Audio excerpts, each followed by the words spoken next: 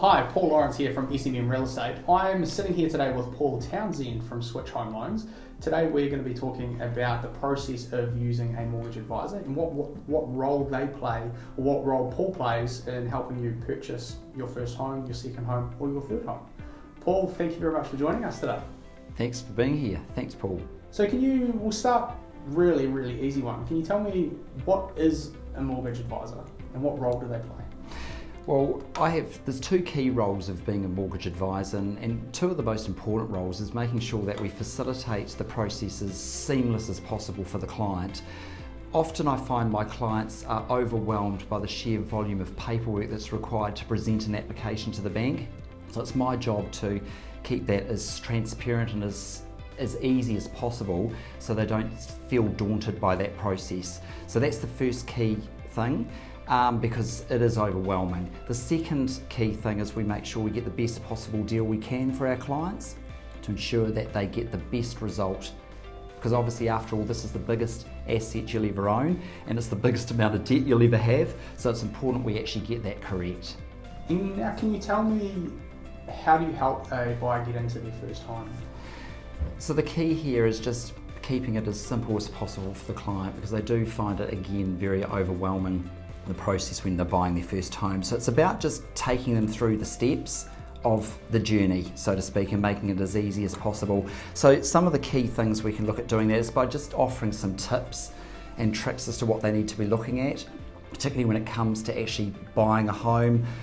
A bit of advice regarding the legal process, because first home buyers are generally, they need a bit more guidance through that process to understand. There's a lot of things like your Kiwi Saver, your Home Start grants, your Welcome Homes grants and loans that all need to be considered, don't they? Absolutely, and it's been a huge benefit having those products from the government offered, because at least 95% of my clients are actually needing Kiwi Saver to get in their first home, and in most cases they need the bank of mum and dad to assist them as well too, to get them across the line, because it's getting increasingly more difficult for clients to get into property.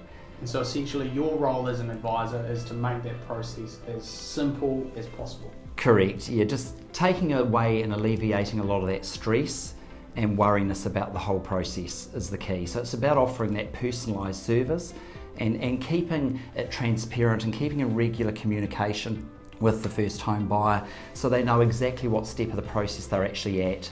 I think that's the key, is their communication piece. And I presume that you have relationships with each of the banks. So you've got connections in each of those banks to secure the best deal. Absolutely, and for me it's about what the client wants as well too. So if the client's already got a strong connection with their existing bank and they're with that bank and they like that bank, there's no reason why we won't be presenting that deal to that bank. So it's just making sure that the client also has some buy-in, obviously being guided and giving as much advice from my side as well too, to ensure that they are making the right decision and ensuring we get the best result, because after all the client just wants their finance approved so they can get into their home. And at the end of the day, from the lender's perspective, it comes down to, is this a safe bet? Can the borrowers or the people purchasing the home, can they service the loan? Do they have the deposit requirements required to make an offer on the home? What personal and lifestyle factors does that lender look at in order to assess that loan as being safe? So basically all the lenders work on what we call the CCC methodology, and that's basically around character, capacity and collateral. So with your character, obviously the banks are looking to make sure that, are you bankable? How do you operate your bank accounts? And is your credit rating squeaky clean? From a collateral perspective, obviously they're looking at your deposit side of things. Have you got sufficient deposit, at least 10% of the property's value, to invest in your first home? And what's the savings ability looking like? Has it been over a period of time, is what the lender's looking at. And then obviously on the capacity side of things, the bank's looking to make sure, what's your external debt levels looking like? How do you operate your bank accounts? It's just making sure that you're in the strongest possible position in order to get your finance approved. So that 333 thing is looked at, because serviceability is the key in addition to your character and also your deposit. That's the key message. We need to make sure that clients are aware that they need to achieve these goals in order to get their finance approved. As an advisor, what information would you give to a borrower around how they can actually streamline the use of their account so that it does look more favourable, so that they are in the best position to get lending from a bank? I think it's making sure, Paul, that the clients are actually managing their accounts effectively. So at the end of the day, we're wanting to make sure that they're operating their accounts in such a way that doesn't look sloppy. So they're not overdrawing their bank accounts unnecessarily when they don't have arranged overdraft facilities.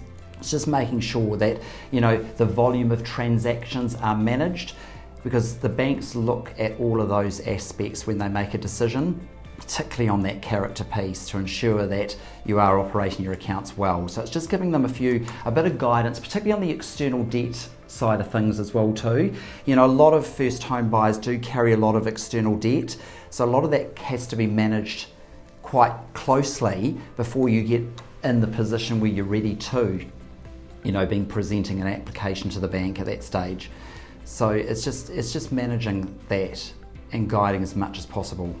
If I'm the bank making a decision on a borrower or a purchase of a property, and the current interest rates are say 3.5%, just picking an arbitrary number here, am I assessing the serviceability based on that percentage of 3.5%, or am I allowing an allowance of if the interest rates continue to increase? So say in 2 years' time interest rates are at 4.5%, is the serviceability measured on current interest rates, or if something was to change in the future? That's a good question, Paul. It is actually measured on the future rates, as to what future rates are going to look like. So when banks assess their serviceability criteria with our assistance, we are testing on a much higher interest rate. So generally most banks are testing it either 5 to 6% to ensure that the clients can meet their mortgage payments if interest rates do get up to 6.45%. So one bank does test at that 6.45 and another bank tests at 5.8. So definitely that is factored in, because the last thing the banks want to do is approve a deal for a client and interest rates go up and then the client can't afford it, and then we get into all sorts of difficulties. So we do factor that in very early on, or the banks do.